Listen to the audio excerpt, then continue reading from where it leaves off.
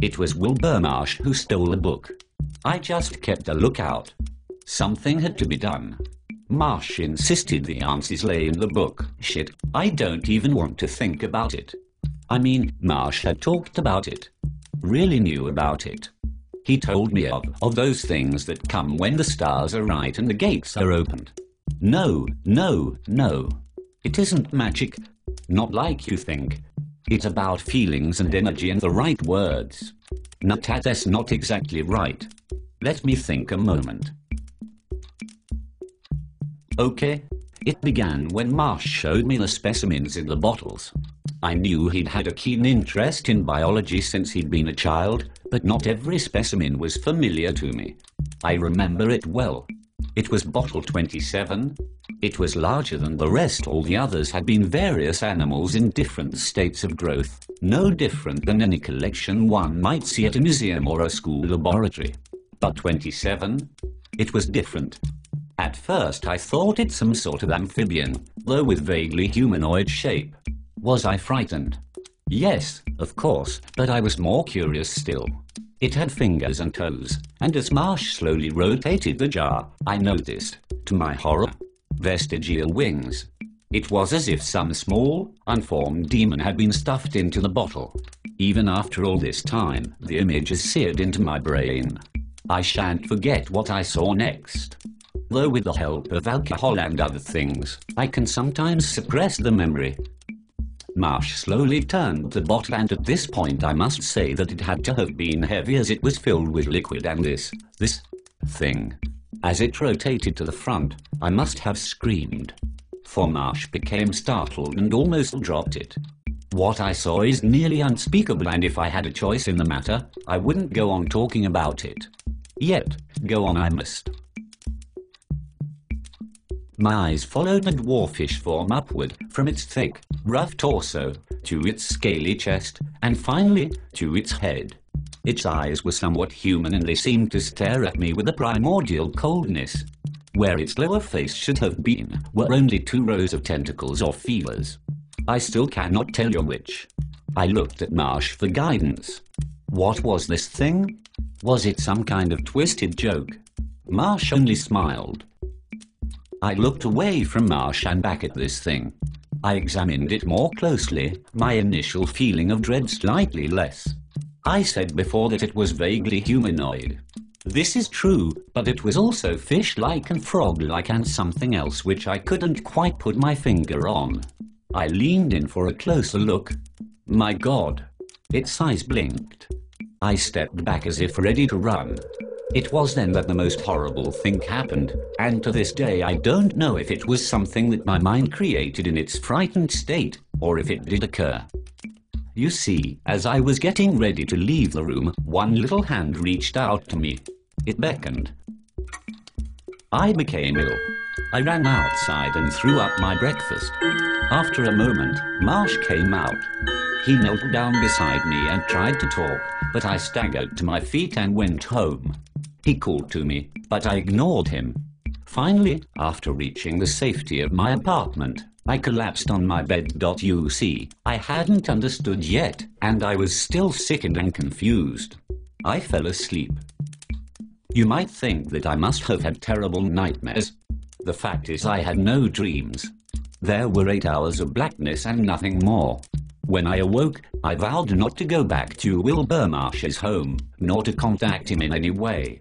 Over the next few weeks, my life returned to normal. I screened all my phone calls and blocked Marsh from my emails. I was focusing on my studies, and though I could never get the sight of that hideous, trapped creature out of my head, my life assumed a normalcy that belied my internal torment. It was in January when I ran into Wilbur Marsh again. It was between semesters, and I was just coming out of the convenience store with a few bottles of beer and some unhealthy snacks with which to tide me over before I went home to Brighton to visit the family. Marsh appeared excited. "Hey there, old man," he said. "I need your help with something." My first instinct was to flee, but the look on his face was so desperate. I had to hear him out. Marsh pulled from his briefcase a sheet of vellum. It was torn a bit and smelled musty. The writing was odd. It looked like lines with other lines bisecting them at different angles. It was beautiful in an alien way. In one corner of the sheet was a small drawing that, to my horror, resembled the creature in the bottle that I had witnessed several months before. Marsh explained that this was Oan, an ancient system of writing in Old Irish. It was used by druids, seers, and bards. As I looked at the writing, Marsh explained to me that he had found a book in this style in the library here at Miskatonic. This particular page warned about creatures such as the one in Jar 27. He further elaborated that he had torn the page from the book because of the illustration and had been studying Old Irish the past few months in order to gain an understanding of the thing in the jar. You see, Oam is just a kind of letter substitution for Old Irish, with each line by the way across the central line, meaning the sound in that ancient tongue. By endless study since the time I had fled him, Wilbur Marsh had gained a good measure of proficiency in the script. The gist of what Wilbur Marsh had learned from this particular page was that this thing was not of this earth. It was the spawn of something beyond time and dimension. It could be brought here through expenditures of energy and through the use of arcane, non-Euclidean mathematics that required symbols and formulas. This was all he gleaned from that particular page, but he was keen to go back to the library and take the book. All he needed from me was to be a distraction and keep a watch for the librarian. I protested, but Wilbur clung to my arm in desperation. "Please," he pleaded. "We must send this creature back to its home out there. For God's sake, don't you pity the thing? You know most of the rest of the story." Yes, I distracted the librarian while Wilbur went into the vault and procured the ancient tome. After that event, I had nothing more to do with Marsh and left soon for Brighton on winter break. Marsh emailed me often, but I deleted them without reading them and never returned a message. After a month or so, they stopped. I enjoyed my time with family and friends in my little part of England and had nearly put from my mind the events of the previous months. Nearly. I took a flight back to Boston and then a bus to Miskatonic University, arriving a few days before the semester was to begin. I put my bags down on the floor of the apartment and then went to retrieve my mail from the landlady. Among all the bills and junk mail, there was one letter from Marsh. I slowly tore it open while walking up the stairs towards my door. Before I could finish opening the letter, my eyes glanced towards something amiss at the paneling of the door. There were scratch marks on one panel near the doorknob. I hadn't seen it before, as keen as I was just to put the heavy bags down. But then I noticed them. It was as if a human being, in desperation, was trying to claw his way into my apartment. I put my hand next to the scratch marks and was surprised to see that they were much bigger than I would have managed. Quickly I entered my apartment and bolted the door. I sat down on the bed and read the letter. "Dear Wilbur, what I am about to tell you is not to scare you but to warn you. Leave this university. Go back home. I tried to warn you over and over, but you never answered your emails. I must confess that I had lied to you. I never wanted to free the creature. On the contrary, I wanted to know its secrets. I tried to use it and the book to gain insights into those things that lie beyond our reason. I knew from reading the book that certain symbols and equations can open doors to other places wherein these creatures and others dwell. All it takes is effort and life energy, and any assert might be known. I realized that the creature in Jar 27 was too young to know what I wanted. Instead of attempting to free it, I thought it would be possible to use it as bait. With that horrible thought in mind, I prepared the symbols just as the book suggested.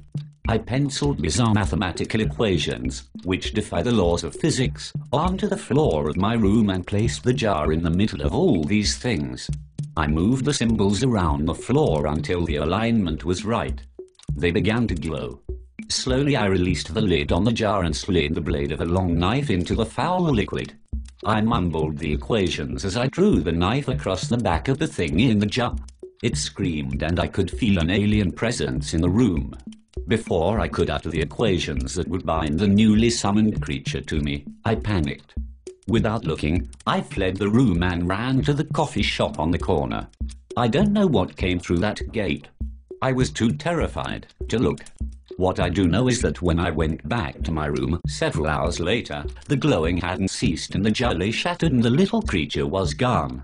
A slight trail of its black blood led to the door. There were also traces of filthy, brackish water, as if some crocodilian nightmare had walked across my room. My dear boy, I fear this thing with all my soul, if so I yet have. When you get this letter, know that I am gone or dead, or something worse. Know too that you must leave or find a way to send those things back. It's possible they will return of their own accord. Who knows? I fear I shall never see you again and regret heartily dragging you into my nightmare. Please forgive me. Yours, Wilbur Marsh. Suddenly there came a knock at my door. I was startled and dropped the letter. Who is it? I called. It was my landlady. I opened the door. It's too bad about Mr. Marsh, she said. How could such a horrible thing have happened? She saw the stunned look on my face and handed me a copy of the Miskatonic Weekly. The headlines read, "Local boy found torn to pieces in library. Investigation turns up nothing." I tried to speak but no sound escaped my lips. The woman started to leave, then paused by the door. "Oh yeah," she said. "I told you you couldn't have pets. You're going to have to pay for the damage your dog did to the door, you know." Of course I don't own a dog and the damage can only mean one thing. That thing that Wilbur Marsh summoned from whatever brackish hell or interdimensional nightmarish world is looking for me. Somehow it knows I'm implicated in this, if not by act then by silence. I have been, these past several days, looking at different books and searching the web trying to find a way to send that hellish thing and the little one, whether it be alive or dead, back to whatever world spawned them. So far, I've had no luck. I heard scratching at the door again last night. This is the third evening in a row. Yesterday I tried to leave my apartment but felt something moving in the hedgerows. I fear to be caught out in the open.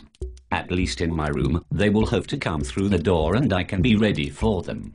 If you find this recording, please know that I tried. From the notes of marshes that I could scavenge, I feel I might be able to do something when they come for me. I have deciphered the equations and symbols, somewhat. And I pray to whatever benevolent forces that might exist that my interpretations are correct. My God, they are coming through the window.